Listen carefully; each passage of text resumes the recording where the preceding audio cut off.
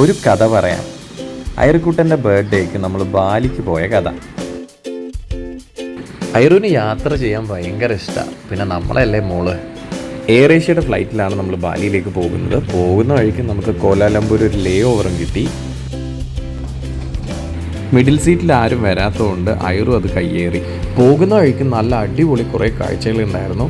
അതിലേറ്റവും best shot ഇതായിരുന്നു. അതായത് കുറേ മേഘങ്ങളുടെ ഇടയിൽ ഒരു അഗ്നിപർവ്വതം. അങ്ങനെ ജീവിതത്തിൽ ആദ്യമായിട്ട് ഒരു അഗ്നിപർവ്വതം കണ്ട സന്തോഷത്തിൽ നമ്മളിതാ ബാലി എത്തിയപ്പോൾ ആദ്യം ചെയ്ത കാര്യം സിം എടുക്കുക എന്നുള്ളതായിരുന്നു. മലേഷ്യയും ബാലിയൊക്കെ ഏറ്റവും ബെസ്റ്റ് സിം ടെലികോം സെല്ലാണ്. അതാവുമ്പോൾ എല്ലാവിടെയും നെറ്റ്വർക്ക് നമുക്ക് കിട്ടും.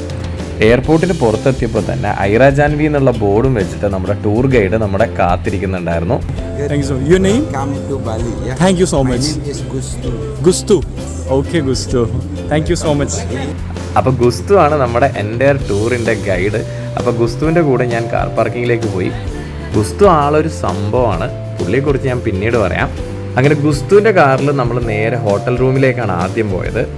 ഇനി ബാലിയെക്കുറിച്ച് പറയാം. ഇന്തോനേഷ്യ രാജ്യത്തിലൊരു ദ്വീപാണ് ബാലി.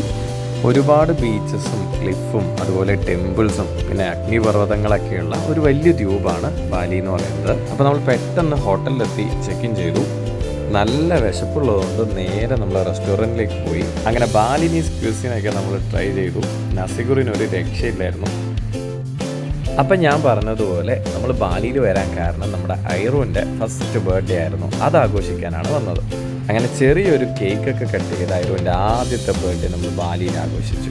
അപ്പോൾ ബാക്കിയുള്ള ബാലി വിശേഷമായിട്ട് നമുക്ക് അടുത്ത വീഡിയോയിൽ കാണാം. ബൈ.